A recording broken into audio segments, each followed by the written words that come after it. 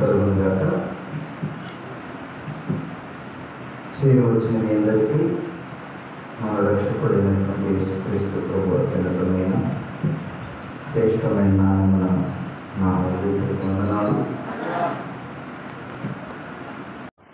దేవుని కృప వలన ఇంతవరకు మనమందరం కాపాడబడి మరోసారి ప్రభువుని ఆరాధించే గొప్ప కృప దేవాతి దేవుడు మనకు అనుగ్రహించాడు. ప్రార్థన లిస్టులో మరికొన్ని ప్రార్థన లిస్టు మీకు అప్పగిస్తున్నాను. అందరూ ప్రార్థన చేయండి. అవేంటంటే కొన్ని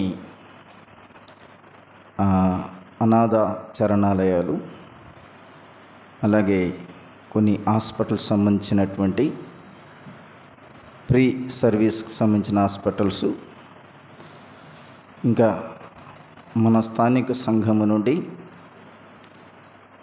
మిషనరీలను పంపే కార్యక్రమం, సేవకులను ఆయా రాష్ట్రాలకు మిషనరీలను పంపించే ఒక మిషనరీ కార్యక్రమం, అలాగే పేదలకు సహాయం చేసే కార్యక్రమం, ఇవన్నీ వచ్చే 2026 సంవత్సరం నుండి మరి స్థానిక సంఘం ద్వారా మా కుటుంబం తరపున ఇవి జరగబోతున్నాయి. అందరూ ప్రార్థన చేయండి.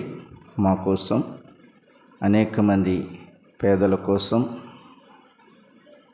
దిక్కులేని దరిద్రులను ఆదరించే అనాథ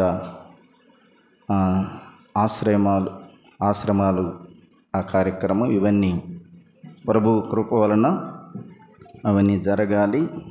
దేవుడు నాకు అనుగ్రహించినటువంటి ఆ యొక్క తలంపు, కొన్ని సంవత్సరాల నుండి ఉన్నటువంటి కోరిక, దేవుడు అవన్నీ నెరవేర్చబోతున్నాడు. దాని కొరకు ముందుగా మీ ప్రార్థన సహకారం ఎంత అవసరమై ఉన్నదని కనుక ప్రార్థించమని కోరుతూ ఉన్నాను. దైవ గ్రంథంలో నుండి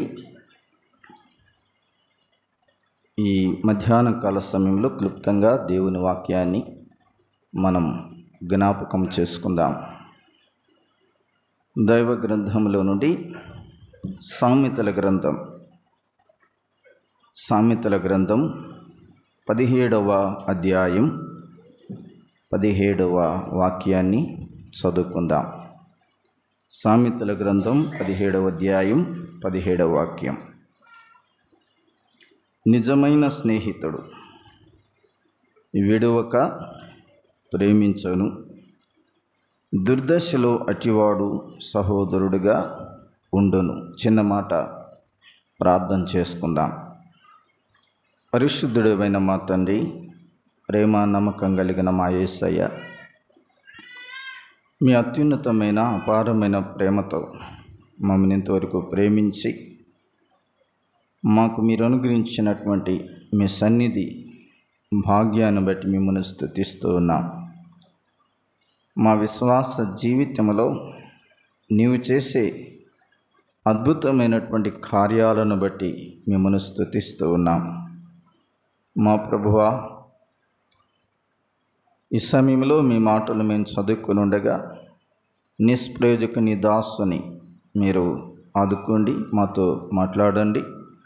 చేరి వచ్చిన ప్రతి సహోదరులందరినీ మీరు ఆశీర్వదించమని, రాబోతున్న దినాలలో మీ అత్యున్నతమైనటువంటి పరిచర్య అనేక విభాగాలలో మేము చేయడానికి కావలసిన కృప మీరు అనుగ్రహించబోతున్నందుకై మిమ్మల్ని స్తుతిస్తూ ఉన్నాం.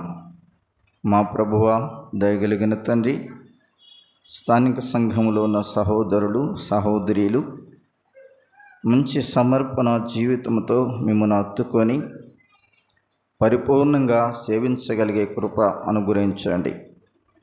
మా ప్రభువా తండ్రి, మీరే మాతో మాట్లాడి మహిమ ఘనత ప్రభావాలు పొందమని క్రీస్తు ప్రభు అత్యున్నతమైన అతి శ్రేష్టమైన నామమునే ప్రార్థించి వేడుకొనుచున్నాం తండ్రి, ఆమేన్.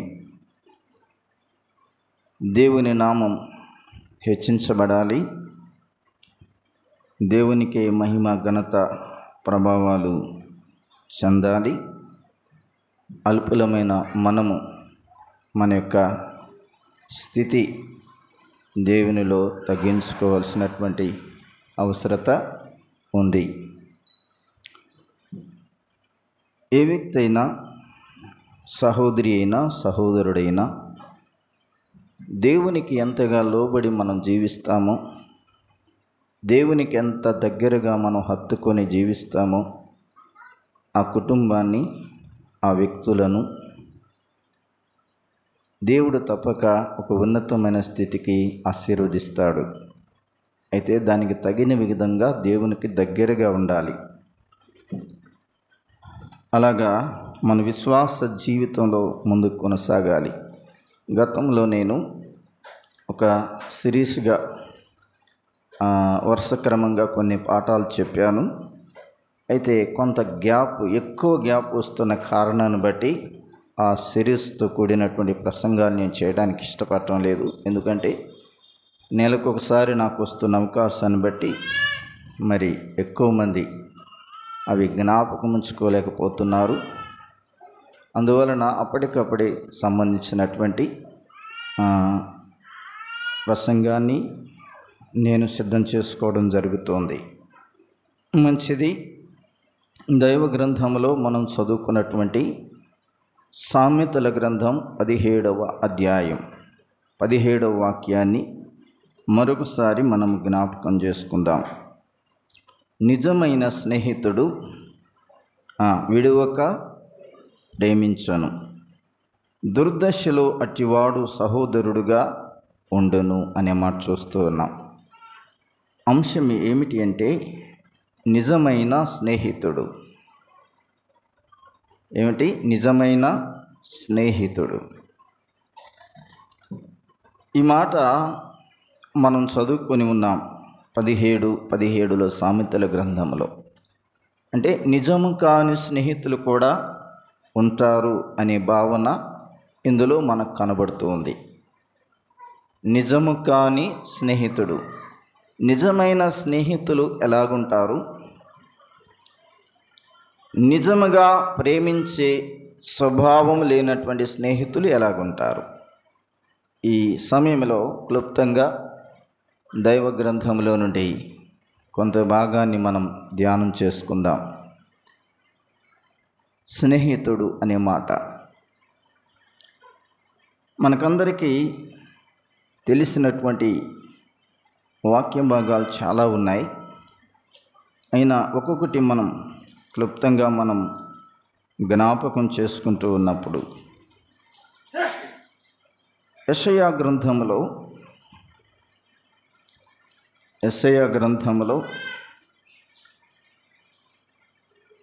41వ అధ్యాయం 8వ వచనం చదువుకుందాం. 41వ అధ్యాయం 8వ వచనం. నా సేవకుడవని ఇశ్రాయేలు, నేను ఏర్పరచుకున్న యాకోబు,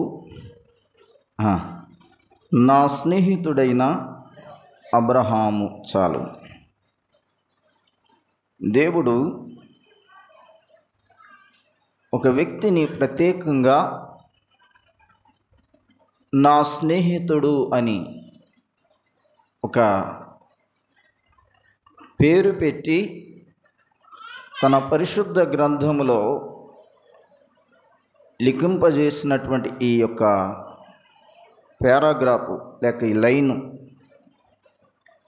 అబ్రహామును గూర్చి శ్రేష్టమైన భాగాన్ని మనం చూస్తూ ఉన్నాం. నా స్నేహితుడైన అబ్రహాము అన్నాడు. ఈ లోకంలో మనము స్నేహితులను కలిగి ఉంటాం. నా వ్యక్తిగత జీవితంలో గతంలో చాలామంది నాతో స్నేహం చేసిన వారు ఈరోజు లేరు. ఎందుకంటే ఈ స్నేహం సరైనది కాదు. అనేక స్వార్థపూరితమైనటువంటి స్నేహాలు లోకంలో ఉన్నాయి. ఈ లోకంలోనే చాలామంది నిజమైన స్నేహితులు కలిగినటువంటి వారు కూడా ఉన్నారు. ఇది లోకంలో ఉన్న మనుషుల దగ్గర ఉన్నటువంటి స్నేహం, మనుషుల మధ్య ఉన్న స్నేహం. స్త్రీల మధ్య కానీ, పురుషుల మధ్య కానీ, పిల్లల మధ్య కానీ స్నేహభావం అనేది మనం చూస్తూ ఉన్నాం. కానీ యెషయా గ్రంథం 41వ అధ్యాయంలో దేవుడు ఒక వ్యక్తిని ఈ మాటతో పలుకుతూ ఉన్నాడు. ఆ మాట ఏంటంటే, నా స్నేహితుడైన అబ్రహాము అన్నాడు. నా స్నేహితుడైన అబ్రహాము. దేవుడు ఒక వ్యక్తిని ఇంత గొప్ప పదముతో ఇతరులకు పరిచయం చేస్తే ఎంత బాగుండును. నా స్నేహితుడైన అబ్రహాము అనే ఆ భాగములో నిన్ను నన్ను దేవుడు మన పేర్లు అక్కడ లిఖితం చేస్తే ఎంత బాగుండును. నా స్నేహితుడైన అబ్రహాము అనే మాట చూస్తూ ఉన్నాం. ఎందుకంటే మనము చదువుకున్నటువంటి సామెతల గ్రంథం 17వ అధ్యాయం 17వ వచనంలో చెప్పినటువంటి ఆ మాట ఏదైతే ఉందో అదేమిటి? నిజమైన స్నేహితుడు విడువక ప్రేమించును అనే మాట. నిజమైన స్నేహితుడు విడవకుండా ఏం చేస్తాడట? ప్రేమిస్తాడు. నిజమైన స్నేహితుని యొక్క లక్షణం,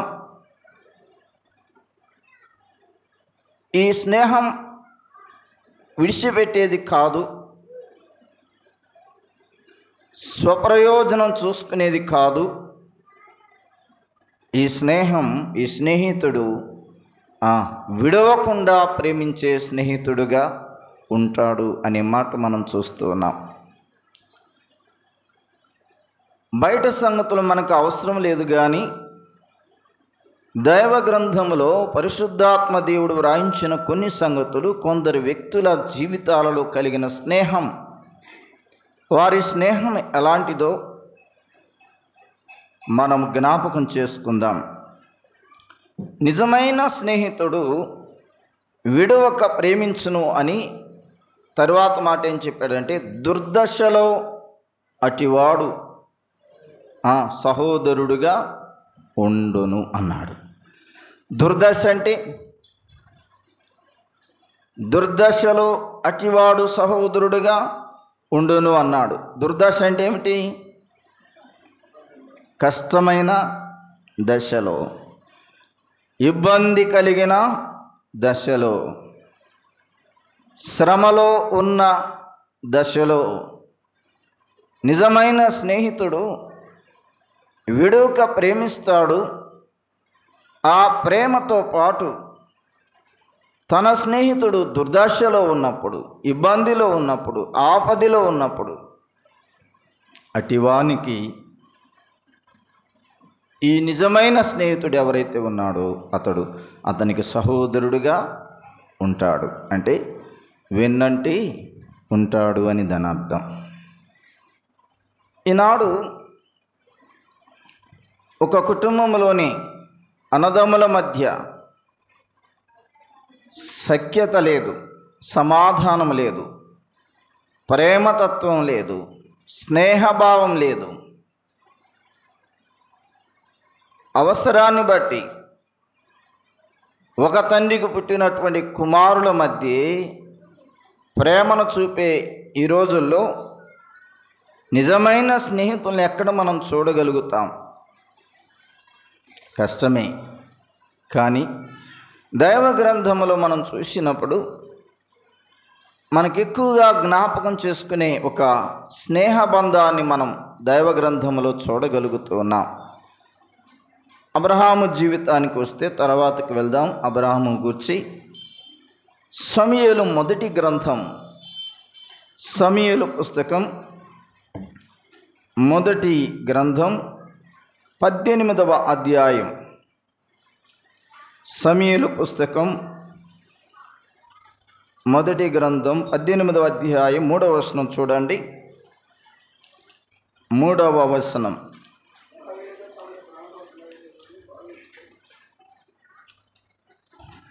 పద్దెనిమిది 3 మరలా చదవండి. చదివేటప్పుడు వినేవారికి కూడా స్పష్టంగా అర్థమయ్యేటట్లు చదవాలి మనం. దావీదు తనకు ప్రాణ స్నేహితుడని భావించుకొని అతనిని ప్రేమించుచు యోనాతాను అతనితో నిబంధన చేసుకొనేను. బైబిల్ గ్రంథం చదివేటప్పుడు అందరూ బైబిల్ చూడండి, వాక్యాన్ని చదవండి. సమూయేలు మొదటి గ్రంథం 18వ అధ్యాయం 3వ వాక్యంలో దావీదు తనకు ప్రాణ స్నేహితుడని భావించుకొని అతనిని ప్రేమించుచు యోనాతాను అతనితో నిబంధన చేసుకొనేను. లోకంలో చాలామంది ఎలాగుంటుందంటే ప్రేమ, విద్యార్థి దశలో ఉన్నప్పుడు స్నేహం ఉంటుంది, లేక ఒక ఉద్యోగపరంగా ఒక ఆఫీసులో ఉన్నప్పుడు స్నేహభావం ఉంటుంది, లేక ఏదైనా ఒక వర్క్లో పనికి వెళ్ళినప్పుడు స్నేహభావం కుదురుతుంది. కానీ దావీదు యోనాతానుని ప్రేమించినటువంటి ప్రేమ ఎలాంటిదంటే, ఎన్నడూ కూడా దావీదు పరిచయం లేడు యోనాతానుకి. దావీదుకు కూడా యోనాతాను పరిచయం లేడు.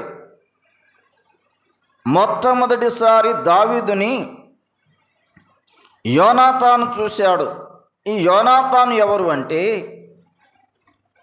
ఇశ్రాయేలును పరిపాలించే మహారాజు అయినటువంటి సౌలు.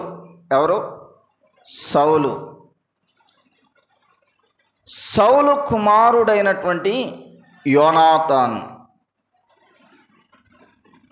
దావీదు రాజైనటువంటి సౌలుతో మాట్లాడుతున్నాడు. చూడండి మొదటి వచనం. దావీదు సౌలుతో మాట్లాడుట చాలించినప్పుడు యోనాతాను హృదయం దావీదు హృదయముతో కలిసిపోయాను.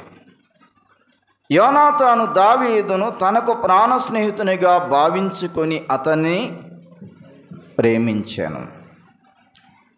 గమనించారా? దావీదు సౌలుతో మాట్లాడుతున్నాడు, అంటే మహారాజుతో మాట్లాడుతున్నాడు. సౌలు ఇంటిలో సౌలు కుమారుడిగా ఉన్నటువంటి యోనాతాను దావీదు సౌలుతో మాట్లాడుట చూచాడు. దావీదు యొక్క మాట తీరు, దావీదు యొక్క హావభావాలు, దావీదు రాజైనటువంటి సౌలుకు చూపిన విధేయత, ఇవన్నీ అక్కడ వ్రాయబడలేదు. కానీ సౌలు ఎదుట దావీదు ప్రదర్శించినటువంటి ప్రవర్తన, దావీదు సౌలుతో మాట్లాడే సంభాషణ, ఇవన్నీ కొంచెం దూరంగా ఉండి యోనాతాను గమనిస్తూ ఉన్నాడు. దావీదు యొక్క మాట, దావీదు యొక్క ప్రవర్తన, లేక దావీదు హావభావాలు, దావీదు ఎంత తగ్గింపు కలిగిన వాడు, యోనాతాను సౌలుతో మాట్లాడుతున్న దావీదును గమనించాడు. ఎవరితోనన్నా మనం స్నేహం చేయాలంటే ఆ వ్యక్తి యొక్క మనస్తత్వం తెలిసి ఉండాలి,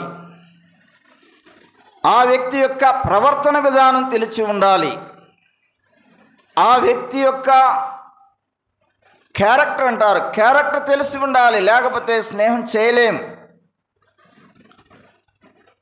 మన యొక్క ప్రవర్తన విధానం, మన యొక్క మాట తీరు, ఆ వ్యక్తి యొక్క మాట తీరు కలిస్తే తప్ప స్నేహభావం అనేది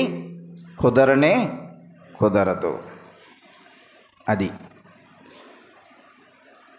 కానీ సౌలుతో దావీదు మాట్లాడుతున్నటువంటి మాట తీరును బట్టి, దావీదు సౌలు పట్ల చూపే విధేయతను బట్టి ఎన్నడూ ఎవరితో స్నేహం చేయని యోనాతాను దావీదుని తనకు ప్రాణ స్నేహితునిగా భావించుకున్నాడు. ఎంత రమ్యమైన మాట ఇది. వారిద్దరూ కలుసుకోలేదు, కలిసి కొంత సంభాషణైనా జరగలేదు, లేక కొంత దూరమైన ప్రయాణం కలిసి నడవలేదు. కానీ కేవలం దావీదును చూశాడు, దావీదు మాట్లాడే మాట తీరును చూశాడు, దావీదు యొక్క హావభావాలు గమనించాడు. యోనాతాను మనసులో ఒక నిర్ణయం తీసుకున్నాడు. ఆ నిర్ణయం ఏమిటంటే, దావీదు సౌలుతో మాట్లాడుట చాలించినప్పుడు యోనాతాను హృదయం దావీదు హృదయంతో కలిసిపోయెను. నిజముగా స్నేహితులు చాలామంది లోకంలో ఉన్నారు. ఈ స్నేహం అలాంటిది కాదు. దావీదుని తన ప్రాణ స్నేహితునిగా భావించుకున్నాడు. ఇంకా దావీదుతో చెప్పలేదు కదా, చెప్పాడా? అంతకుముందు ఎప్పుడైనా కలిశారా? చెప్పండి, కలిశారా? చదువుకున్న తర్వాత 18వ అధ్యాయానికి ముందు దావీదు యోనాతాను కలిసిన సందర్భం ఎక్కడా లేదు. దావీదును యోనాతాను ఎన్నడూ చూడలేదు. ఒకవేళ యుద్ధంలో చూసి ఉంటాడేమో కానీ గొల్యాతును చంపే సందర్భంలో 17వ అధ్యాయంలో. కానీ మొట్టమొదటిసారి దావీదు తన తండ్రి అయినటువంటి సౌలుతో మాట్లాడుతూ ఉండగా అతడు మాట్లాడే మాట, తన యొక్క యథార్థత, దావీదు యొక్క యథార్థత మాటల్లో అర్థమైంది యోనాతానుకి.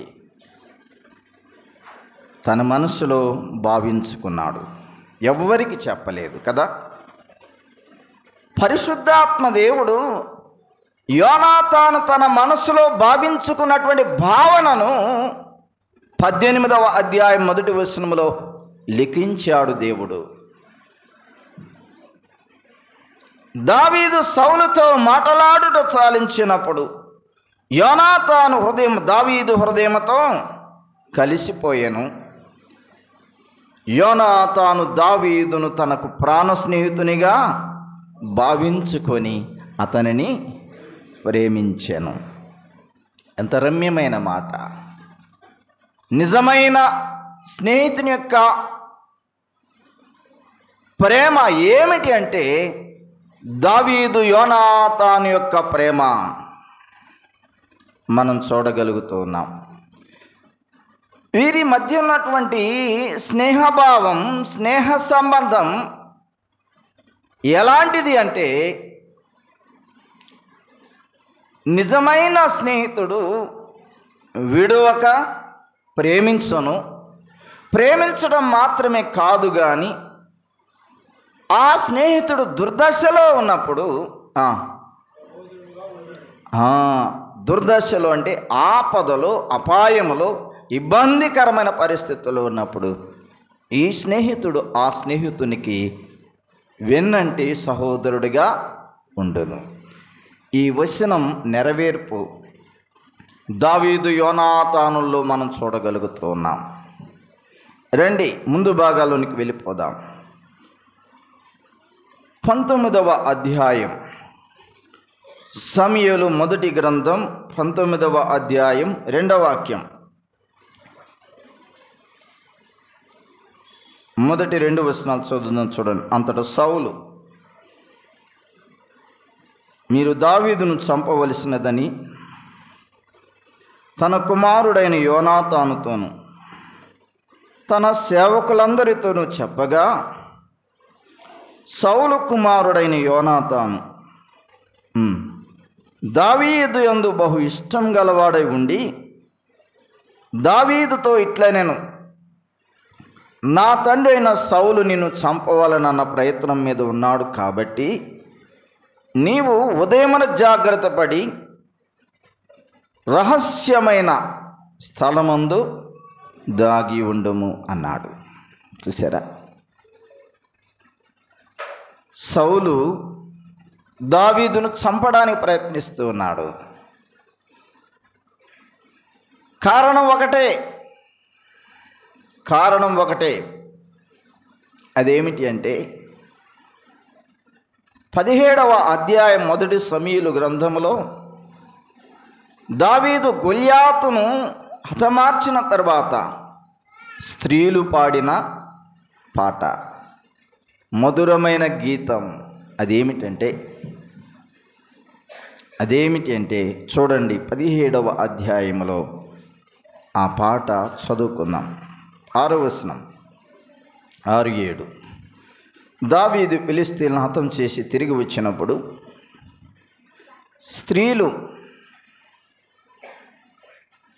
ఇశ్రాయేలు ఊళ్ళన్నిటిలో నుండి తంబురతోనూ సంభ్రమలతోనూ వాద్యములతోనూ పాడుచు నాట్యమాడుచు రాజైన సౌలును ఎదుర్కొనుటకు వచ్చిరి. ఆ స్త్రీలు గాన ప్రతిగానములు చేయుచు వాయించుచు సౌలు 1000 కొలదియు దావీదు 10,000 కొలది శత్రువులను హతం చేసిరని పాడారు కదా. ఏం పాడారు వారు పాట? అమ్మా అర్థమవుతుందా? ఏం పాడారు? దావీదు సౌలుకు 1000 కొలది, దావీదు 10,000 కొలది శత్రువులను హతము చేసిరి అని వారు పాట పాడినప్పుడు 8వ వచనం 9వ వచనం మనం చూస్తే, ఆ మాటలు సౌలును కింపుగా ఉండనందున అతడు బహు కోపం తెచ్చుకొని వారు దావీదునకు 10,000 కొలదనియు నాకు 1000 కొలది అనియు స్తుతులు పాడిరే అంటూ చూడండి, రాజ్యము తప్ప మరి ఏమతడు తీసుకొనగలడు అని అనుకొనెను. కాబట్టి నాట నుండి సౌలు దావీదు మీద విసపు చూపు నిలిపెను. అర్థమైందా? సౌలు దావీదును చంపడానికి ప్రాముఖ్యమైనటువంటి కారణం ఏమిటి అంటే ఇశ్రాయేలు స్త్రీలు పాడిన పాట. అది ఎవరికి అయిష్టంగా లేదు. ఆ పాట ఎవరు తప్పుపట్టలేదు. ఆ పాటలో ఉన్నటువంటి తప్పు భావాలు ఎవరు తీసుకోలేదు ఇశ్రాయేలీల్లో కదా. ఎవరు తీసుకున్నారు? సౌలు. ఒకే ఒక్కసారి దావీదు వచ్చాడు ఈ 17వ అధ్యాయంలో. మరెన్నడు సౌలును కలవలేదు. ఈ ఒక్కసారి ఒకే ఒక వ్యక్తిని చంపాడు అంతే. ఎంతమందిని చంపాడు? దావీదు ఎంతమందిని చంపాడు? 17వ అధ్యాయంలో ఒక్క వ్యక్తిని. ఎవరతడు? గొల్యాతు. అంతకుముందు సౌలు ఎంతమందిని చంపుంటాడు యుద్ధంలో? ఎన్ని యుద్ధాలు చేస్తుంటాడు సౌలు? ఎంతోమందిని చంపాడు. కానీ గొల్యాతును మాత్రం హతమార్చలేకపోయాడు సౌలు. ఓటమి దశలో ఉన్నాడు. 40 దినాలు ఉదయం సాయంకాలం సవాలుతో కూడినటువంటి ఎదురుదాడి ఎదుర్కొన్నాడు సౌలు. కానీ గొల్యాతును ఎవ్వరూ చంపలేకపోయారు. ఇశ్రాయేల్ ప్రజల్లో ఉన్న గొప్ప గొప్ప బలాఢ్యులు కూడా. కానీ ఒక్కసారిగా వచ్చి గొల్యాతును చంపేశాడు. ఎవరు? దావీదు. ఇశ్రాయేలు స్త్రీలు వారి ఇండ్లలో వారు కలిసి మాట్లాడుకునే సందర్భాలు దావీదు గొల్యాతును చంపక మునుపు ఏమిటి అంటే దైవ గ్రంథంలో వ్రాయబడలేదు. కానీ నా ధ్యానంలో నేను తెలుసుకున్న సంగతులు, ఇశ్రాయేలు స్త్రీలు, ఇశ్రాయేలు ప్రజలు యోధా దేశంలో, ఇశ్రాయేలు దేశంలో అందరూ మాట్లాడుకుంటున్నారు. ఏమని మాట్లాడుకుంటున్నారు? ఫిలిష్తీయుల యొక్క సర్దారుల గొల్యాతును చంపలేకపోయారు మన బలాఢ్యులు. మన సైన్యం ఇంతమంది ఉన్నారు. ఇప్పటి వరకు సౌలు నాయకత్వంలో అనేక యుద్ధాలు చేశారు, అనేక జయాలు చూశారు, అనేక మంది శత్రువులను హతం చేశారు. కానీ ఒక్కడిని హతం చేయలేకపోయారు అని అనేక పట్టణాలలో, అనేక గ్రామాలలో సౌలును గూర్చి, ఇశ్రాయేలు సైన్యమును గూర్చి అందరూ సంభాషణ మాట్లాడుకుంటున్నారు. బలహీనపడిపోయింది మన సైన్యం, మన రాజు బలహీనపడిపోయాడు. ఒకరోజా 2 రోజుల 40 దినాల నుంచి ఏలాము లోయలోకి దిగి సవాలు చేస్తున్నాడు, తొడలు కొడుతున్నాడు గొల్యాతు. అందరూ భయపడి కూర్చేస్తున్నారు. ఇంత గొప్ప జయాన్ని ఎవరు మనకివ్వగలరు? మన యెహోవా దేవుని ప్రార్థిద్దాం, మన యెహోవా దేవుని మొరపెడదామని అనేక పట్టణాలలో, అనేక గ్రామాలలో ఉన్న ఇశ్రాయేలు ప్రజలందరూ మొరపెడుతున్నారు. వారి మధ్య సంభాషణ రేగుతూ ఉంది. ఒక్కసారిగా గొర్రెల కాపరిగా ఉన్నటువంటి దావీదు వచ్చి గొల్యాతును హతమార్చగానే, ఇప్పుడు ఏదైతే బ్యాక్గ్రౌండ్లో ఇంతకుముందు సౌలు యొక్క సైన్యాన్ని గురించి ఏం మాట్లాడుకున్నారో అదంతా ఒకసారి రివీల్ చేసుకున్నవారు చేసుకొని, ఎన్ని జయాలు పొందితేనేమి సౌలు కదా, ఎంతమందిని చంపితేనేమి సౌలు, ఒక్కడు వచ్చాడు, ఒక్కసారి ఒక బలాఢ్యుని చంపేశాడు. అందుకని రండి, అనేక ప్రాంతాల నుంచి రండి, వాయిద్యాలు పట్టుకొని రండి, సితారాలు పట్టుకొని రండి, తంబురలను పట్టుకొని రండి, మనము గానం చేద్దాం, పాట పాడదామని చెప్పేసి స్త్రీలందరూ సమకూడారు. ఇంతకుముందు బ్యాక్గ్రౌండ్లో ఏం మాట్లాడుకున్నారో వారి మాటల ప్రకారం పాటను కవికట్టారు, రాసుకున్నారు. ఆ పాట ఏంటి చెప్పండి? ఆ పాట ఏమిటి? ఆ స్త్రీలు గాన ప్రతిగానములు చేయుచు వాయించుచు సౌలు 1000 కొలది, దావీదు 10,000 కొలదని శత్రువులను హతం చేసిరి అని పాడారు. ఇంకా పాట ఎంత ఉందో మనకు తెలియదు, కానీ అంతవరకు వ్రాయబడి ఉంది. సౌలు 1000 కొలది, దావీదు 10,000 కొలది. 10,000 మందిని చంపాడా దావీదు? చెప్పండి.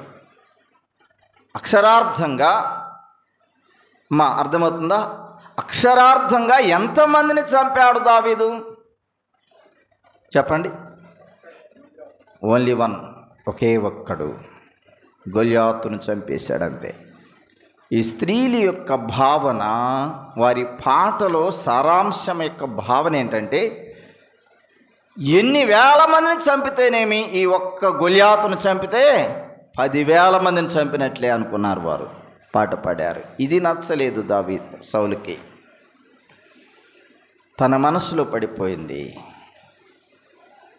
రాజ్యం తప్ప నా దగ్గర ఏం తీసుకోగలడు దావీదు అనుకున్నాడు కదా. స్త్రీలందరూ సపోర్ట్గా పాట పాడారు కనుక ఇతడు రాజ్యం తప్ప నా దగ్గర ఏమీ తీసుకోగలడు అనుకున్నాడు. అర్థమైందా నేను చెప్పేది? ఇంత బలాఢ్యుడైన దావీదు త్వరలో నా దగ్గర నుంచి రాజ్యం చేజిక్కించుకుంటాడు. కనుక ఇప్పుడు ఏం చేయాలి?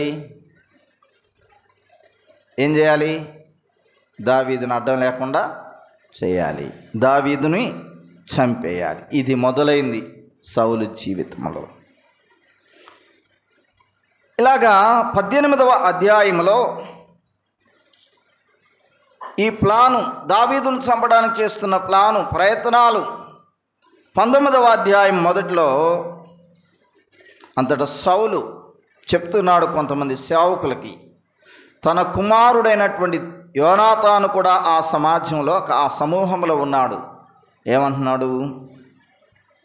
మీరు దావీదును చంపవలసినదని తన కుమారుడైన యోనాతాను తన సేవకులతోనూ చెప్పాడు. ఏం చెప్పాడు? మా అర్థమవుతుందని చెప్పేది. సౌలు ఒక సమావేశం ఏర్పాటు చేశాడు. ఆ సమావేశంలో అజెండా ఏమిటి అంటే, ముఖ్యమైన పార్టీ ఏమిటి అంటే దావీదుని చంపాలి. బలాఢ్యులైన సేవకులారా రండి, యోధులారా రండి అని అందరిని పిలిచాడు. వాళ్ళందరికంటే ముందు తన కుమారుడైన యోనాతాన్ని పెట్టాడు. పెట్టేమన్నాడు? దావీదుని మీరు చంపాలి. ఇది ఎప్పుడు జరిగింది? చెప్పరేమి. ఇది ఎప్పుడు జరిగింది? 18వ అధ్యాయంలో దావీదుని యోనాతాను తనకు ప్రాణ స్నేహితునిగా భావించిన తర్వాత జరిగింది. ఇప్పుడు యోనాతాను సేవకులందరూ నిలిచి ఉన్నటువంటి ఆ సభలో సౌలు ఏం మాట్లాడుంటారో గ్రహించండి. నేనైతే కాస్త లోతుగా వెళ్ళి గ్రహించాను. అదేంటంటే, యోనాతానా, నా తర్వాత రాజువి నువ్వు కావాలి కదా, నా తర్వాత రాజువు నీవు కావాలి, నా స్థానంలో రాజువు నీవు. ఇక్కడ ఉన్న సేవకులందరూ, ఈ యోధులందరూ నీ సారథ్యంలో నడవాలి. దావీదెవడు? దావీదుని చంపేయాలి నువ్వు రాజు కావాలంటే అనుంటాడా లేదా చెప్పండి? కాస్త లోతుకి వెళ్తే సంభాషణ జరిగే ఉంటుంది. నేను అర్థం చేసుకున్నాను నా ధ్యానంలో. ఇప్పుడు యోనాతాను ఈ మాటలు విన్నప్పుడు ఏమి కలగాలి యోనాతానికి? నిజమే కదా, నా తండ్రి తర్వాత రాజుని నేనే కావాలి కదా, దావీదు కావడానికి వీల్లేదు అనుకోవాలి కదా, అంతేనా కదా? అలాగే అర్థం చేసుకోవాలి. ఇప్పుడు యోనాతాను స్థానంలో మనం ఉన్నామనుకోండి, ఖచ్చితంగా ఆలోచిస్తాం కదా, ఎట్లాంటి స్నేహితుడైతేనేమి. మీకు అర్థం కావడానికి చెప్తున్నాను. ఇద్దరు కలిసి ట్రైన్ ప్రయాణం చేస్తున్నారు స్నేహితులు. వారు కలిసి విద్యలో, స్కూల్లో లేక కాలేజీలో కలిసి ఎంతో ఇద్దరు జోటాజోటిగా మంచి సదవరులు. వారు చదువుకుంటూ ఒక స్థాయికి వచ్చారు. ఆ స్థాయికి వచ్చినటువంటి వారిద్దరి మధ్య ఇద్దరు స్నేహితులే, మంచి స్నేహితులు, ప్రాణం పెట్టేంతగా మాట్లాడుకునే సందర్భం కలిగిన స్నేహితులు. ఇది నేను చెప్పేది కథ కాదు, నిజంగా జరిగింది, నిజంగా జరిగిన సంఘటన. నాకంటే ఎక్కువ మార్కులు సంపాదించుకున్నాడు వీడు, నాకంటే వీడికి ఖచ్చితంగా జాబ్ వస్తుంది అని ఒక స్నేహితుడికి మనసులో పడింది. ఇద్దరు కలిసి ట్రైన్ ప్రయాణంలో ఉన్నారు. ఆ వాకిల దగ్గర ఇద్దరు మాట్లాడుకుంటూ ఉన్నారు. మాట్లాడుకుంటూ ఉండగా వాడి మనస్సులో కలిగింది, ఎవరు వీడు? చెప్పరేం సబ్జెక్టులో ఉండండి. స్నేహితులు, ప్రాణ స్నేహితులుగా ఉన్నటువంటి వారు. వీడు నాకంటే ముందు వెళ్ళిపోతున్నాడు, నాకంటే మంచి ర్యాంకులో ఉన్నాడు అనుకున్నాడు. మాట్లాడుతూ మాట్లాడుతూ సూపర్ ఫాస్ట్లో వెళ్తున్నటువంటి, వేగంతో వెళ్తున్నటువంటి ఆ ట్రైన్ యొక్క ఆ గేట్లో నుంచి ఒక్కసారిగా తోసేశాడు. చనిపోయాడు అతడు. ఇప్పుడు ఎలాంటి స్నేహితుడు ఇతడు? ప్రాణం తీసే స్నేహితుడా, ప్రాణ స్నేహితుడా? చెప్పరేం. ప్రాణం తీసే స్నేహితుడు. అది దావీదు యోనాతాను మధ్య ఉన్నటువంటి స్నేహం ఇది కాదు. సౌలు చెప్తున్నాడు, నా తర్వాత సింహాసనం మీద కూర్చోవలసిన వాడవు నీవే యోనాతాన్. ఈ సైన్యం అంతటిని, ఈ సేవకులందరినీ కలుపుకొని నువ్వేం చేయాలి? దావీదును చంపాలి, వెళ్ళు అని ఒక ఆజ్ఞ జారీ చేశాడు. యోనాతాను మనసులో అన్నీ రివీల్ చేసుకున్నాడు, అన్నీ తలంచుకున్నాడు. ఏం తలంచుకున్నాడు చెప్పండి? చెప్పరే. 18వ అధ్యాయం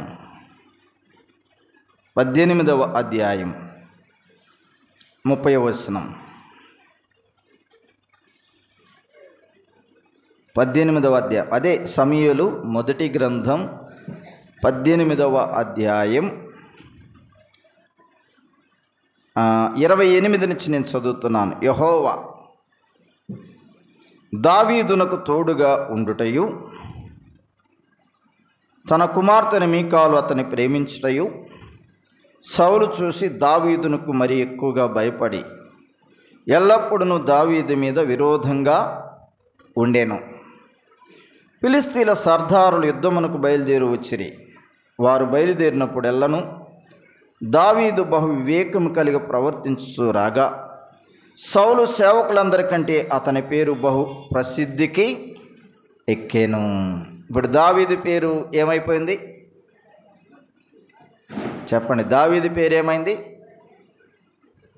చెప్పరేంది? దావీదు పేరు ఏమైంది? దావీదు అయింది. అదేనా మీరు చెప్పేది? దావీదు పేరు దేశమంతటా ప్రసిద్ధికెక్కింది. ఏమని ప్రసిద్ధికెక్కింది? 40 దినాల నుండి జయించలేని గొల్యాతును ఒక్క దావీదు హతమార్చాడు. రెండవది, సౌలుకి అర్థమైంది యెహోవా అతనికి తోడుగా ఉన్నాడని. యోనాతానుకు అర్థమైంది దేవుని తోడు దావీదుకి ఉంది అని. యోనాతానుకు అర్థమైంది దావీదు మంచి ప్రవర్తన కలిగిన వాడని. యోనాతానుకు అర్థమైంది దావీదు యథార్థపరుడు అని, దేవుని ప్రేమను కలిగిన వాడు అని, మంచి స్నేహితుడు నాకు అని యోనాతానుకు అర్థమైంది. ఇప్పుడు ఈ సభలో సౌలు తన సేవకులను సమకూర్చి యోనాతానుతో ప్రత్యేకంగా మాట్లాడుతున్నాడు. సేవకులందరినీ ఉంచుకొని, నెక్స్ట్ రాజు నీవే, యోనాతానా దావీదుని ఎసై అన్నాడు. ఇప్పుడు యోనాతాను మనసులో ఏముంది? దావీదు ఎలాగున్నాడు యోనాతాను హృదయంలో? ప్రాణ స్నేహితుడిగా ఉన్నాడు ఇప్పుడు యోనాతాను హృదయంలో దావీదు. సౌలుకి ఇది అర్థం కాలేదు. సౌలుకి తెలియలేదు ఈ సంగతి. వెంటనే ఆ సభ ముగింపు అయిపోయింది. సేవకులు ఎటు వెళ్ళిపోయారు. యోనాతాను ఎక్కడికి వచ్చాడు? దావీదు దగ్గరికి వచ్చాడు. వచ్చేమంటున్నాడు? నా స్నేహితుడా, నా ప్రాణ స్నేహితుడా, నా హృదయంలో ఉంచుకున్నాను నిన్ను నా స్నేహితుడా.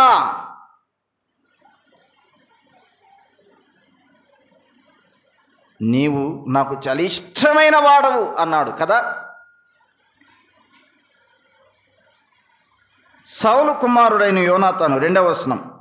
దావీదు అందు బహు ఇష్టం గలవాడై ఉండి దావీదుతో ఇట్లా నేను ఏమన్నాడు? నా తండ్రి అయిన సౌలు నిన్ను చంపవాలన్న ప్రయత్నం మీద ఉన్నాడు. చూసారా?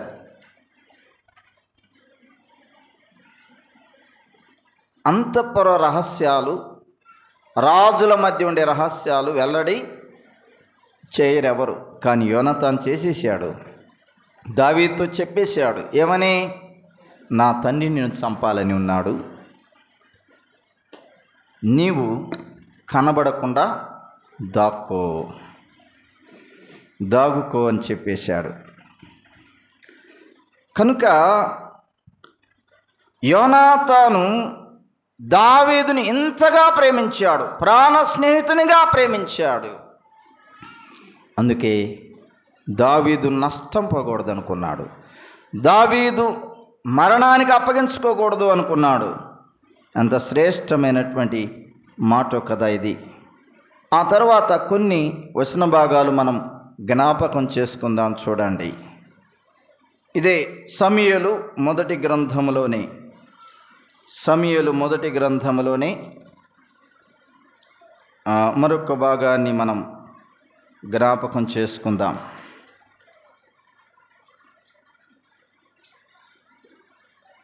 24వ వచనం. కాబట్టి దావీదు 20వ అధ్యాయం 24. కాబట్టి దావీదు పొలంలో దాక్కునేను. అమావాస్య వచ్చినప్పుడు రాజు భోజనం కూర్చుండగా మునుపటి వలనే రాజు గోడ దగ్గర ఉన్న స్థలమునందు తన ఆసనం మీద కూర్చొని ఉండెను. యోనాతాను లేవగా అబ్నేరు సౌలు నొద్ద కూర్చుండును. అయితే దావీదు స్థలము ఖాళీగా ఉండెను. అయినను అతనికి ఏదో ఒకటి సంభవించినందున అతడు అపవిత్రుడై ఉండేనేమో, అతడు అపవిత్రుడై ఉండుట అవశ్యమని సౌలు అనుకొని ఆ దినమున ఏమీ అనలేదు. అయితే అమావాస్య పోయిన మరునాడు అనగా 2వ దినమున దావీదు స్థలములో ఎవడూ లేకపోవడం చూసి సౌలు, నిన్నయు నేడియు యెష్షయి కుమారుడు భోజనము రాకపోవట ఏమని యోనాతాను అడగగా, యోనాతాను దావీదు బెత్లెహేమునకు పోవాలని కోరి, దయచేసి నన్ను పోనిము, పట్టణమందు మా ఇంటి వారు బలి అర్పింపబోచున్నారు, నీవును రావాలని నా సహోదరుడును నాకు ఆజ్ఞాపించిన గనుక నీ దృష్టికి నేను దయ పొందిన వాడనైతిని, నేను వెళ్ళి నా సహోదరులను దర్శింపునట్లుగా నాకు సెలవు ఇమ్మని బ్రతిమాలుకొని నా యొద్ద సెలవు తీసుకొనేను. చూసారా, అర్థమైందా నేను చదివిన మాటలు? అమ్మా అర్థమైందా? ఇప్పుడు ఆ సభలో దావీదు స్థానం ఒక స్థలం ఉంది, ఒక కుర్చీ అనుకుందాం. ఆ కుర్చీ ఖాళీగా ఉంది. ఇప్పుడు ఏమైంది? ఖాళీ. ఎందుకని? లేడుగా దావీదు. ఎవరు పంపించారు? యోనాతాను పంపించేశాడు. ఒకరోజు అయింది, 2వ రోజు అయింది. ఈ 2వ రోజు దావీదు కనపడలా. వాళ్ళు అనుకుంటున్నారు నిన్న ఈరోజు దావీదు కనబట్టలేదు, ఖాళీగా ఉంది అతని స్థలం. దావీదు స్థలం ఖాళీగా ఉంది, అతనికి ఏదో సంభవించింది అన్నారు కదా. ఏం సంభవించిందట? ఏదో సంభవించింది. అతడు అపవిత్రుడై ఉండనేమో, అంటే పాపాత్ముడయ్యాడేమో, చెడ్డవాడయ్యాడేమో. అతని స్థలం ఖాళీగా ఉంది.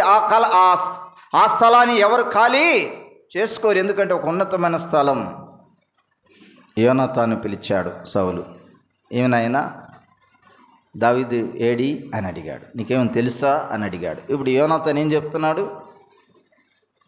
నేను బెత్లెహేముకి వెళ్ళొస్తాను, దేవునికి బలి అర్పిస్తాను నా సహోదరులతో కలిసి, నేను వెళ్ళొస్తానని నా దగ్గర సెలవు పొందానని చెప్తున్నాడు. చూశారా, యోనాతాను తన తండ్రికి చెప్తున్నటువంటి మాట.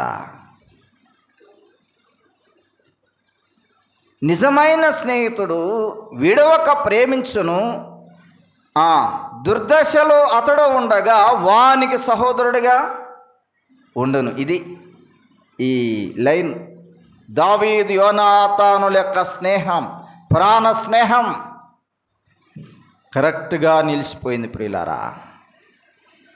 కనుక దావీదు వెళ్ళిపోయాడు. మరొక మాట చూద్దాం, చూడండి. దైవ గ్రంథంలోనే 18వ అధ్యాయంలో సమూయేలు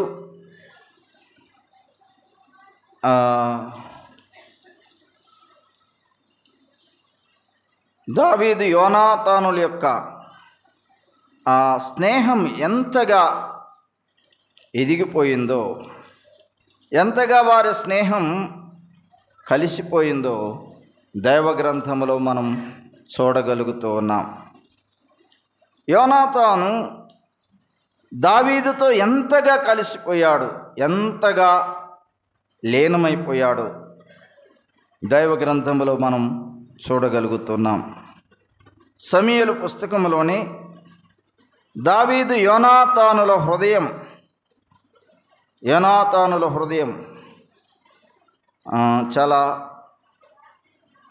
శ్రేష్టముగా వారి మధ్య కలిసిపోయినట్లుగా మనం చూడగలుగుతూ ఉన్నాం. క్షమించండి, మొదటి సమూయేలు గ్రంథం 20వ అధ్యాయం 2వ వచనం చదువుకుందాం, చూడండి.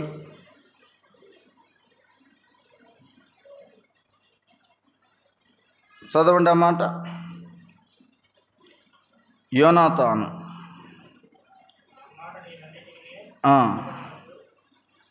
లేక మొదటి నుంచి చదువుదాం. పిమ్మట దావీదు రామాలోని నాయోతు నుండి పారిపోయి యోనాతాను వద్దకు వచ్చి, నేనేమి చేసి తిని, నేను చేసిన దోషమేమి, నా ప్రాణము తీయ వెదుకున్నట్లుగా నీ తండ్రి దృష్టికి నేను చేసిన పాపమేమి అని అడుగగా, యోనాతాను ఆ మాట విని, ఆ మాట నీవెన్నటికీ అనుకునవద్దు, నీవు చావవు, నాకు తెలియజేయకుండా నా తండ్రి చిన్న కార్యమే కానీ పెద్ద కార్యమే కానీ చేయడు అనే మాట చూస్తూ ఉన్నాం. నీవు చావనే చావవు కదా. దావీదు యొక్క ప్రాణము తీయడానికి సౌలు ప్రయత్నిస్తూ అనేక రకాలుగా ఉపాయాలు పన్నుతూ ఉండగా, ఇప్పుడు 20వ అధ్యాయంలో రామాలోని నాయోత్ అనే ఒక ప్రాంతంలో యోనాతాను కలుసుకున్నాడు దావీదు కదా. కలుసుకొని యోనాతానుతో మాట్లాడుతున్నాడు. ఏమంటున్నాడు చెప్పండి ఇక్కడ? నా స్నేహితుడా యోనాతానా, నేను చేసిన పాపము ఏమి? నేను ఏ దోషం చేశాను? నన్ను నీ తండ్రి ఎందుకు చంపాలని ప్రయత్నిస్తున్నాడు అని మాట్లాడుతూ ఉన్నాడు కదా. ఈ మాటలు యోనాతాను హృదయాన్ని కదిలించి వేసేశాయి. యోనాతాను యొక్క అంతరంగ జీవితం కదిలించబడింది. భరోసా ఇస్తున్నాడు, ఒక స్నేహితుడిగా, ప్రాణ స్నేహితుడిగా భరోసా ఇస్తున్నాడు. ఏమని చెప్పండి? ఏమని ఇస్తున్నాడు? నీవు చావనే చావవు, నీవు చావనే చావవు, నేను భరోసా ఇస్తున్నాను, నీవు చాలా కాలం ఉంటావని చెప్పేసి ఒక శ్రేష్టమైనటువంటి భరోసాతో కూడినటువంటి మాట యోనాతాను దావీదుకి ఇస్తూ ఉన్నాడు. ఇది నిజమైన స్నేహం. తండ్రి చంపాలని చూస్తున్నాడు, చంపమని కుమారుడికి చెప్పాడు. కుమారుడు చంపవలసిన కుమారుడు దావీదుని పారిపోమ్మని దాక్కోమని చెప్పాడు. ఇప్పుడు యోనాతాను కనబడిన తర్వాత నేను చేసిన తప్పేమిటి అని అడిగాడు.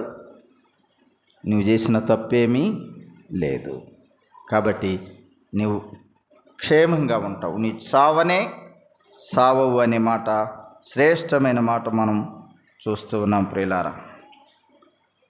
యోనాతాను మరలా ఒక మాట అన్నాడు 20వ అధ్యాయంలో 17వ వచనం చదవండి.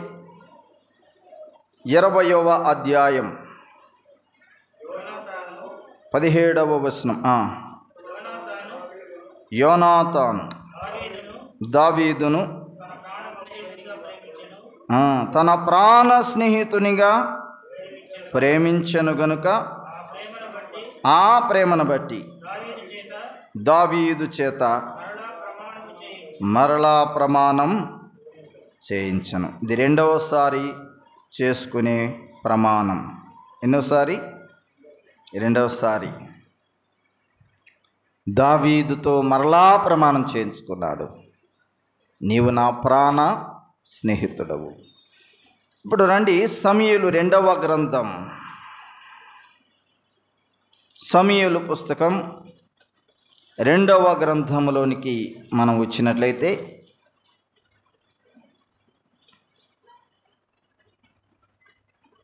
సమూయేలు పుస్తకం 2వ గ్రంథం 11వ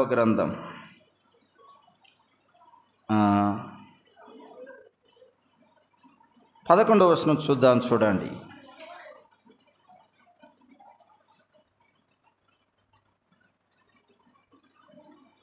11వ వచనం. దావీదు ఆ వార్త విని. సమూయేలు మొదటి గ్రంథం 2వ గ్రంథం 1వ అధ్యాయం 11. దావీదు ఆ వార్త విని తన వస్త్రములు చింపుకొని అతని యుద్ధ ఉన్న వారందరూ అలాగూ చేసి సౌలును యోనాతానును యెహోవా జనులను ఇశ్రాయేలు ఇంటి వారును యుద్ధములో కూలిరని వారిని గూర్చి దుఃఖపడుచు ఏడ్చు సాయంత్రం వరకు ఉపవాసం ఉండేను. ఇప్పుడు మొదటి సమూయేలు గ్రంథం ఆఖరి అధ్యాయంలో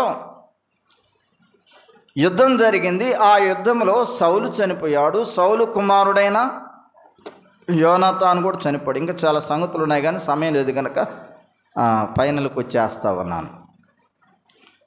2వ సమూయేలు గ్రంథం మొదటి అధ్యాయంలో దావీదుకు ఒక వర్తమానం వచ్చింది. అదేమిటంటే యుద్ధం మోపుగా జరిగింది. యుద్ధంలో సౌలు చనిపోయాడు రాజు. సౌలు కుమారుడైన యోనాతాను కూడా చనిపోయాడు. ఈ వార్త వినబడింది దావీదుకి. దావీదు ఏం చేశాడు చెప్పండి?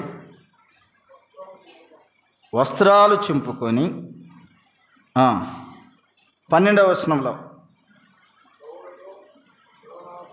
సాయంత్రం వరకు ఉపవాసం ఉన్నాడు.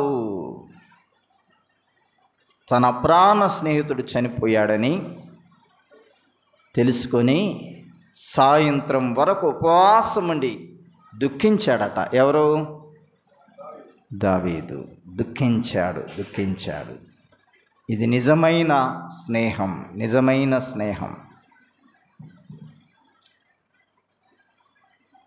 ఎలాంటి స్నేహము, ఎలాంటి ప్రేమ ఇది అంటే, ఒక దావీదు ఒక విలాప గీతం పలికాడు. 17వ వచనం నుండి 27వ వచనం వరకు ఇది దావీదు విలాప గీతం. దుఃఖముతో పాడాడు ఈ పాటలో యోనాతాను గూర్చి ఆయన ఏం పాడాడో చూడండి. 26 అవసరమైన మాట మనకు. నా సహోదరుడా యోనాతానా, నీవు నాకు అతి మనోహరుడవై ఉంటివి. నీ నిమిత్తము నేను బహు శోకము నొందుచున్నాను. నా యందు నీకున్న ప్రేమ బహు వింతైన ప్రేమ. ఏ ప్రేమట? బహు వింతైన ప్రేమ. స్త్రీలు చూపు ప్రేమ కంటేను అది అధికమైనది అన్నాడు. చూసారా? ప్రపంచంలో స్త్రీలు చూపే ప్రేమ అది ఎక్కువే. దానికంటే అధికమైన ప్రేమ యోనాతాను దావీదు మీద చూపిన ప్రేమ. ఇది ప్రాణ స్నేహితుని ప్రేమ అనే మాట మనం చూస్తూ ఉన్నాం. దుఃఖించి పాడుతూ ఉన్నాడు దావీదు. యోనాతానా, నీవు నాకు అతి మనోహరుడవు. నీ నిమిత్తం నేను బహుగా శోకము నొందుచున్నాను. నా యందు నీకున్న ప్రేమ బహు వింతైనది. స్త్రీలు చూపు ప్రేమ కంటే అది అధికమైన ప్రేమ.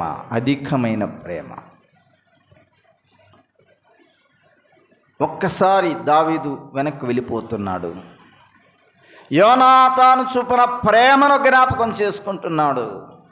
యోనాతాను ఎంత ప్రాణ స్నేహితుడో యోనాతాను గుర్తు చేసుకొని దుఃఖిస్తున్నాడు. ఈరోజు ఇలాంటి స్నేహితులు, ఇలాంటి ప్రాణ స్నేహితులు ఉంటారా? నాకు తెలిసి ఉండరేమో. కానీ నిజమైన స్నేహితులుగా వీరి మధ్య ప్రేమ మనం చూడగలుగుతున్నాం. దైవ గ్రంథంలో యోనాతాను దావీదుల ప్రేమ ఎలాంటిదో అంతకంటే ఎక్కువైన ప్రేమ క్రొత్త నిబంధన గ్రంథంలో మన మీద చూపిన యేసయ్య ప్రేమను గుర్తు చేసుకుందాం. చూడండి, యోహాను సువార్త యోహాను రాసినటువంటి సువార్త 15వ అధ్యాయం 13, 14 చదువుదాం.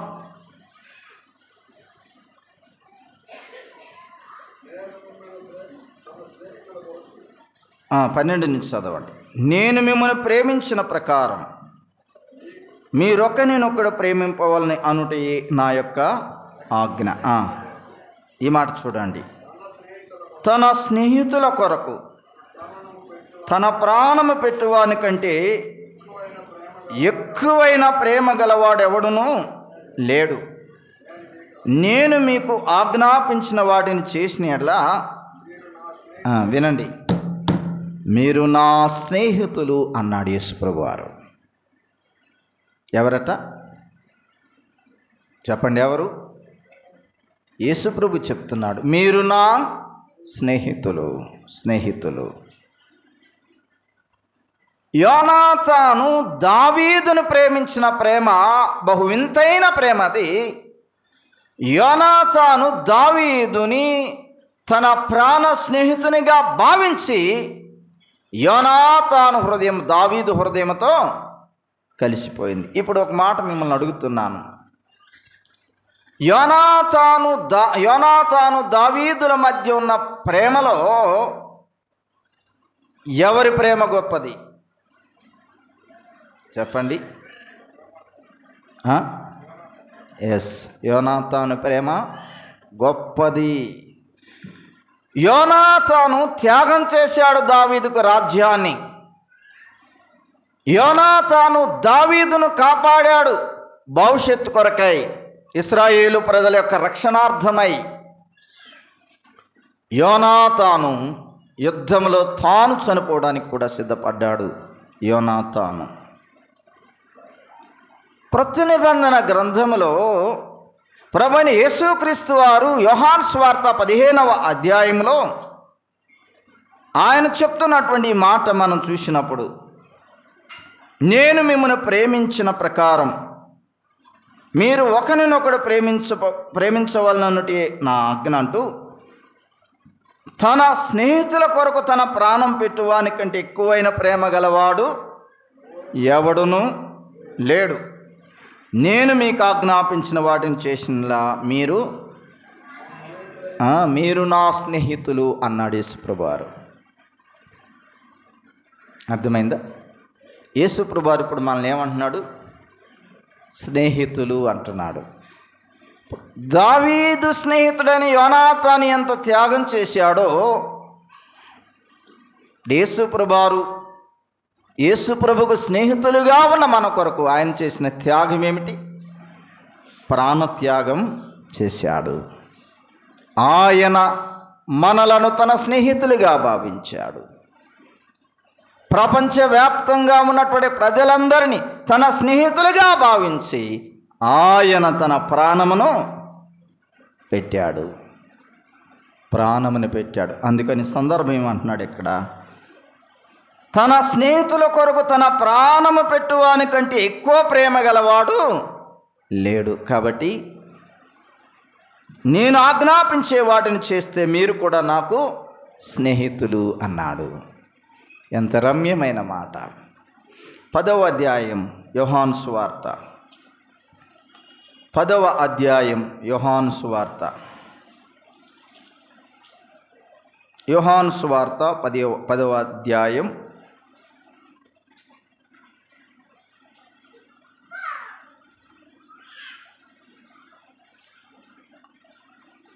10వ అధ్యాయంలో ప్రభు చెప్తున్నటువంటి ఒక మాటను మనం జ్ఞాపకం చేసుకుందాం. 15వ వచనం, తండ్రి నన్ను ఎలాగూ ఎరిగెనో నేను తండ్రిని ఎలాగూ ఎరుగుదును, అలాగే నేను నా గొర్రెలను ఎరుగుదును, నా గొర్రెలు నన్ను ఎరుగును, మరియు ఆడ గొర్రెల కొరకు అనే మాట ఆ స్థానంలో, మరియు నా స్నేహితుల కొరకు ప్రాణము పెట్టుచున్నాను అని రాసుకుందాం మనం కదా. ఎంతగా ప్రేమించాడండి యేసయ్య.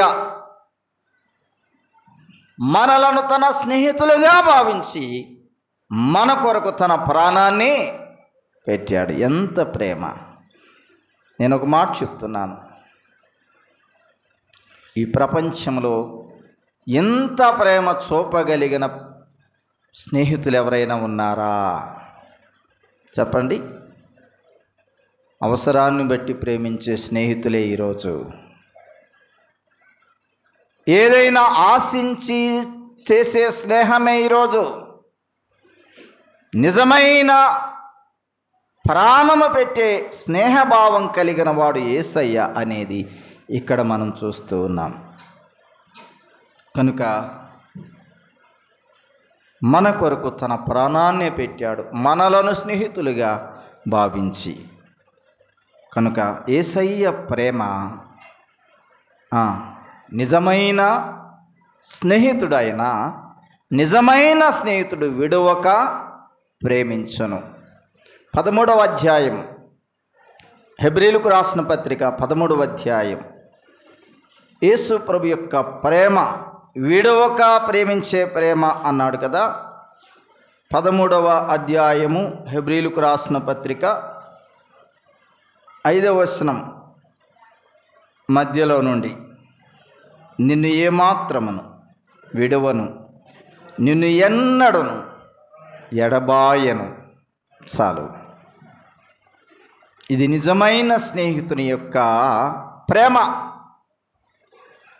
నిన్ను ఏమాత్రమును విడువను, నిన్ను ఎన్నడను ఎడబాయను. అంతే. ఈ మన నిజమైన స్నేహితుడైన యేసు ప్రభువు వారు మనకిచ్చిన భరోసా వాగ్దానం ఏమిటది? నిన్ను విడువను ఎడబాయను. దావీదు ఏ సందర్భంలో ఎక్కడెక్కడ ఇబ్బంది పడ్డాడో ఆ ఇబ్బందులన్నిటిని తీర్చినవాడు ఎవరు? యేసు ప్రభువా. దావీదు అన్నాను కదా, యోనాతాను. అర్థమైందా? యోనాతాను. ఎంత రమ్యమైన మాట. యేసు ప్రభు కూడా సేమ్ అలాగే మన కొరకు తన ప్రాణాన్ని పెట్టి. ఈరోజు మీకు స్నేహితులు ఉన్నారా? ఉంటారులేండి. ప్రతి ఒక్కరికి స్నేహితులు ఉంటారు. ఈ స్నేహితులు దేనికోసం అంటే కాలక్షేపం కోసం. దేనికోసం? కాలక్షేపానికి సంబంధించిన స్నేహితులు ఉంటారు. ఈ రోజులు ఎక్కువగా ఎవరైతే మనకు స్నేహితులు అనుకుంటామో వాళ్ళు కాలక్షేపానికి సంబంధించిన స్నేహితులే తప్ప ప్రాణ స్నేహితులు కాదు. ఒక మాట చదువుకుందాం, చూడండి. యోబు గ్రంథాన్ని మనం జ్ఞాపకం చేసుకొని ముగించుకుందాం. యోబు గ్రంథములో మనం చూసినట్లయితే యోబు దుర్దశలో ఉన్నాడు, అపాయములో ఉన్నాడు, ఆపదలో ఉన్నాడు, చాలా తీవ్రమైనటువంటి అనారోగ్యతలో ఉన్నాడు. ఈ అనారోగ్యతలో ఉన్నటువంటి యోబును ఆదరించడానికి, యోబుకు ధైర్యం చెప్పడానికి 3 స్నేహితులు వారు వచ్చారు. ఎవరు వారు చెప్పండి? 3 స్నేహితులు యోబును ఆదరించడానికి వచ్చినటువంటి స్నేహితులుగా మనం చూస్తూ ఉన్నాం. యోబు గ్రంథం 6వ అధ్యాయం, యోబు గ్రంథం 6వ అధ్యాయం 15వ వచనం చూడండి. 6:15.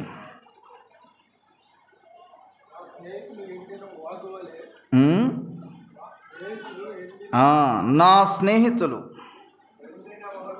ఎండిన వాగు వలెను మాయమైపో జలప్రవాహం వలెని నమ్మకూడని వారే. ఇందులో ఆఖరి లైన్ తీసుకుందాం. నా స్నేహితులు నమ్మకూడని వారేరి. నమ్మకూడని స్నేహితులు యోబుకుంది. ఎలాంటి స్నేహితులట? నమ్మకూడని స్నేహితులు. నమ్మదగిన స్నేహితులు కాదు వీరు. రావడానికేమో ఆదరించడానికి వచ్చారు. ఆదరించడానికి వచ్చిన వారు ఏం చేయాలి చెప్పండి అమ్మా? ఆదరణ మాటలు చెప్పాలి. కానీ వీళ్ళు ఏం చేస్తారంటే సూదులు తీసుకుంటారు, పొడుస్తూ ఉన్నారు. ఎవరిని? యోబుని. మాటల చేత పొడుస్తూ ఉన్నారు యోబుని. వీళ్ళు నమ్మకూడని స్నేహితులు అన్నాడు యోబు. 16:20 యోబు గ్రంథం, 16:20 యోబు గ్రంథం. అక్కడ మరొక మాట చూద్దాం, చూడండి. 16:20 నా స్నేహితులు ఎగతాళి చేయుచున్నారు. ఈ స్నేహితులు ఎలాంటి వారు? ఎగతాళి చేసే స్నేహితులు. నమ్మకూడని స్నేహితులయ్యారు, ఎగతాళి చేసే స్నేహితులయ్యారు అంటున్నాడు. 38:11 38:11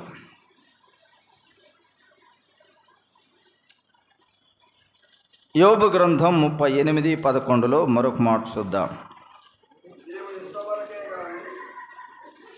నీవు ఇంతవరకే గాని దగ్గరకు రాకూడదనియు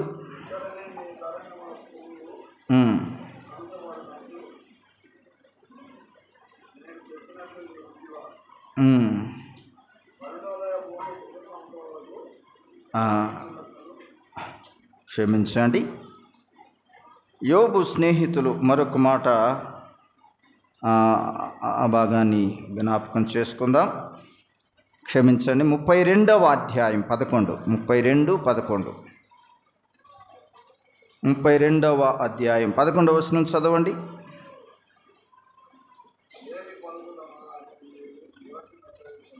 అయ్యా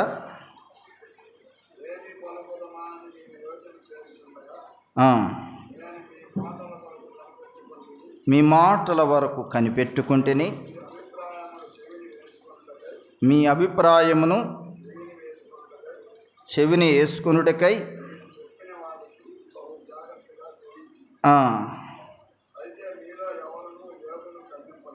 యోబును ఖండించలేదు. క్షమించండి. 10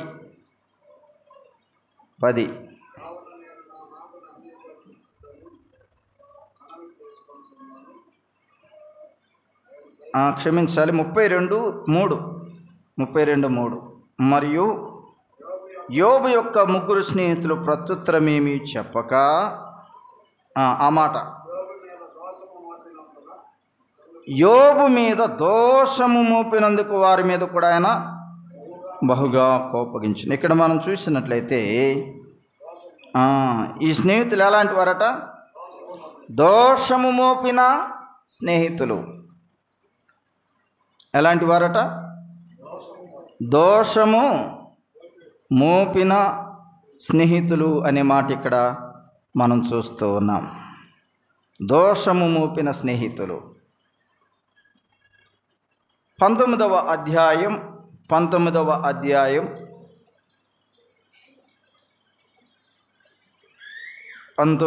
అధ్యాయంలో మరొక మాట మనం జ్ఞాపకం చేసుకుందాం. 14వ వచనం చదువుతారా? నా బంధువులు నా యొద్దకు రాక ఉన్నారు. ఈ మాట, నా ప్రాణ స్నేహితులు నన్ను మరచిపోయిరి. ఎవరట ఈ స్నేహితులు?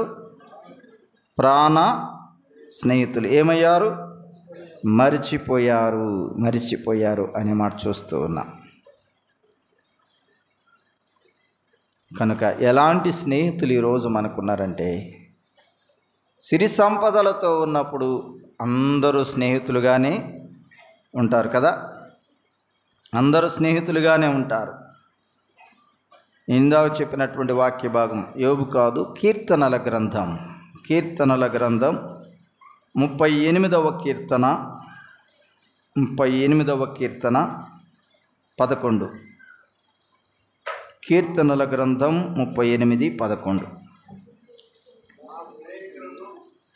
నా స్నేహితులను, నా చెలికాండ్రును నా తెగులు చూసి ఎడముగా నిలుచుచున్నారు. ఇది దావీదు పలికిన మాట. దావీదు స్నేహితులు యోనాతాను కాకుండా మిగతా ఎవరైతే స్నేహితులుగా ఉన్నారో వారు నా తెగులు చూసి, నాకొచ్చిన ఆపద చూసి, నాకొచ్చిన శ్రమను చూసి, నాకు కలిగినటువంటి వేదనను చూసి ఈ స్నేహితులు ఏమయ్యారట? దూరముగా, ఎడమగా అయిపోయారు. ఎడమైపోయారు వీళ్ళ స్నేహితులు. కనుక నిజమైన స్నేహితుడు విడవక ప్రేమించును. ఈయన మన ప్రభు తప్ప మరొక స్నేహితుడు లేడు. ఆమోస్ గ్రంథంలోనూ ఎక్కడో ఒక వాక్య భాగం గుర్తు రావట్లేదు, కానీ నీ ముఖ్య స్నేహితుని నమ్మొద్దు అంటాడు ప్రభు. ఎవరు నమ్మొద్దు? నీ ముఖ్య స్నేహితుని నమ్మొద్దు, స్నేహితులను నమ్మొద్దు అని. కనుక మన విశ్వాస జీవితంలో దావీదు యోనాతాను యొక్క స్నేహం ఒక శ్రేష్టమైనది. ఆ తర్వాత రెండవది మన ప్రభు అయిన యేసుక్రీస్తు వారు మనతో ఉంచిన స్నేహం గొప్పది. అంతే. ఇంక ఈ లోకంలో ఎవరి స్నేహం కూడా మనకొద్దు. గుర్తు చేసుకోండి, ఎవరి స్నేహం నువ్వు చేసినా చెడిపోతావు.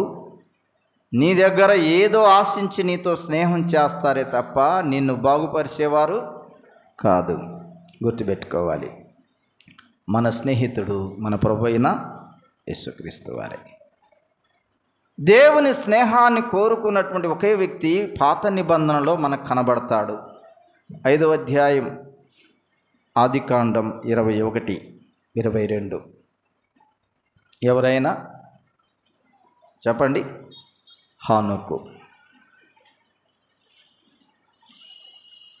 ఆమోసు గ్రంథంలో తీనవసరం లేదు, కానీ ఇద్దరు సమ్మతింపకుండా కూడి నడుతురా అన్నాడు ఆమోసు గ్రంథంలో. స్నేహభావం అంటే సమ్మతి ఉండాలి, అభిప్రాయం కలవాలి, ఇద్దరి మనసులు కలవాలి. ఇది స్నేహభావం. 365 సంవత్సరాలు ఈ లోకంలో బ్రతికిన హానోకు దేవుని తన స్నేహితుడిగా, దేవునితోనే సహవాసం చేస్తూ 300 సంవత్సరాలు దేవునితో నడిచినవాడు హానోకు. అంతే. మన స్నేహం దేవునితోనే, ఆయన వాక్యముతో, ఆయన ఆధ్యాత్మిక యొక్క ధ్యానముతో మన స్నేహం ఉండాలి. చాలామంది ఈ రోజుల్లో చెడిపోవడానికి గల ముఖ్య కారణం ఒకటి చెప్తున్నా వినండి. అదేంటంటే, దైవ సన్నిధికి ప్రార్థనకు వస్తారు, దేవుని ఆరాధిస్తారు, కానీ వారి స్నేహం ఎవరితో ఉంటుందంటే అన్యులతో ఉంటుంది. ఎవరితో ఉంటుంది? అన్యులతో ఉంటుంది. కొరింథీ మొదటి పత్రికలు చెప్పబడినట్లుగా దుష్ట సాంగత్యం మంచి నడవడిని చెరుపును. వాడు ఎంతటి వాడైనా, వాడు ఎంత ఉన్నతమైన వాడైనా, అన్యుడితో నీవు చేసే సహవాసం, స్నేహం నీ ఆత్మీయ స్థితిని ఏం చేస్తుంది? కొల్లగొడుతుంది. దిగజారిపోతావు. ఏదో ప్రార్థనకు వచ్చినా ఏదో కట్టె మాత్రం ఇక్కడ కూర్చుంటావు, కానీ నీవు చేసే సహవాసం, స్నేహం నీ ఆధ్యాత్మిక జీవితాన్ని ఏం చేస్తుంది? నష్టం చేస్తుంది. కనుక మొదటి యోహాను పత్రిక 1వ అధ్యాయంలో యోహాను చెప్పాడు, 1వ అధ్యాయంలో, మీ సహవాసమైతే మన తండ్రి అయిన దేవునితోనూ ఆయన కుమారుడైన యేసుక్రీస్తుతో కూడా ఉన్నది. సహవాసం అంటే స్నేహం దేవునితో, యేసు ప్రభువారితో ఉంది అని. కనుక మన సహవాసం, నేను ఖచ్చితంగా చెప్తున్నాను, మీ స్నేహాలు లోకస్తులతో పెట్టుకున్నారంటే ఆధ్యాత్మికంగా చెడిపోతారు. భౌతికంగా లాభం పొందొచ్చేమో కానీ, కొంత మేలు అనిపించవచ్చేమో కానీ, ఆధ్యాత్మికంగా మాత్రం దేవునికి దూరం అవుతాం. ఒక సామెత కూడా ఉంది, 6 నెలలు సహవాసం చేస్తే వీరు వారు అయిపోతారు. ఇంక తేల్చుకోండి మీరే. మన స్నేహితుడు, మన ప్రాణ స్నేహితుడు ఎవరు? మన ప్రభు అయిన యేసుక్రీస్తే. ఆయనతోనే ఉందాం, ఆయనతో సహవాసంలో ఉందాం, ఆయనతో స్నేహభావంతో ఉందాం. ఆయన ఆధ్యాత్మికంగా స్థానిక సంఘములో సహవాసం చేస్తూ, దేవుని పిల్లలతో సహవాసం చేస్తూ, లోకస్తులకు సాధ్యమైనంత వరకు ఏదో అవసరాన్ని బట్టి పనిని తప్ప వారికి దూరంగా ఉంటూ ఆధ్యాత్మికంగా మేలు పొందుదాం. ప్రార్థన చేసుకుందాం. తలలు వంచండి, ప్రార్థన చేసుకుందాం. పరిశుద్ధుడు అయిన మా తండ్రి, ప్రేమ నమ్మకం కలిగిన మా యేసయ్య, మీ అపారమైన, అత్యున్నతమైన, అతి శ్రేష్టమైన నామము చేత మమ్మల్ని ఇంతవరకు కాపాడుతూ సంరక్షిస్తూ మీ సన్నిధిలో మమ్మల్ని ఉంచినందుకు స్తోత్రం చెల్లిస్తూ ఉన్నాం. దయాళుడు అయిన మా తండ్రి, చేరి వచ్చిన మా ప్రియ సహోదరి సహోదరులందరినీ మీరు దీవించండి, ఆశీర్వదించండి. మీ కృపలో మా ఆధ్యాత్మిక జీవితం మేము కాపాడుకునే భాగ్యం దయచేయండి. నిజమైన స్నేహితుడవు నీవే, మాకు ప్రాణం పెట్టిన స్నేహితుడవు నీవే, మాకు గొప్ప రక్షణ ఇచ్చిన స్నేహితుడవు నీవే. అయ్యా, నీ స్నేహ బాంధవ్యంలో, నీ స్నేహ సహవాసంలో మా యొక్క ఆధ్యాత్మిక జీవితం కొనసాగుతూ చూపించండి. చేరుతున్న ప్రతి ఒక్కరిని ఆశీర్వదించాలి. మీ సన్నిధి, మీ సమృద్ధి మాకు అనుగ్రహించినందుకు స్తోత్రం చెల్లిస్తూ, చేసిన మేలులన్నిటిని బట్టి మిమ్మల్ని స్మరిస్తూ మీ దయగల స్థానికి మమ్మల్ని అర్పించుకుంటాం.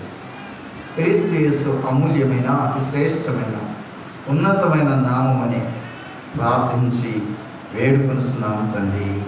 ఆమేన్.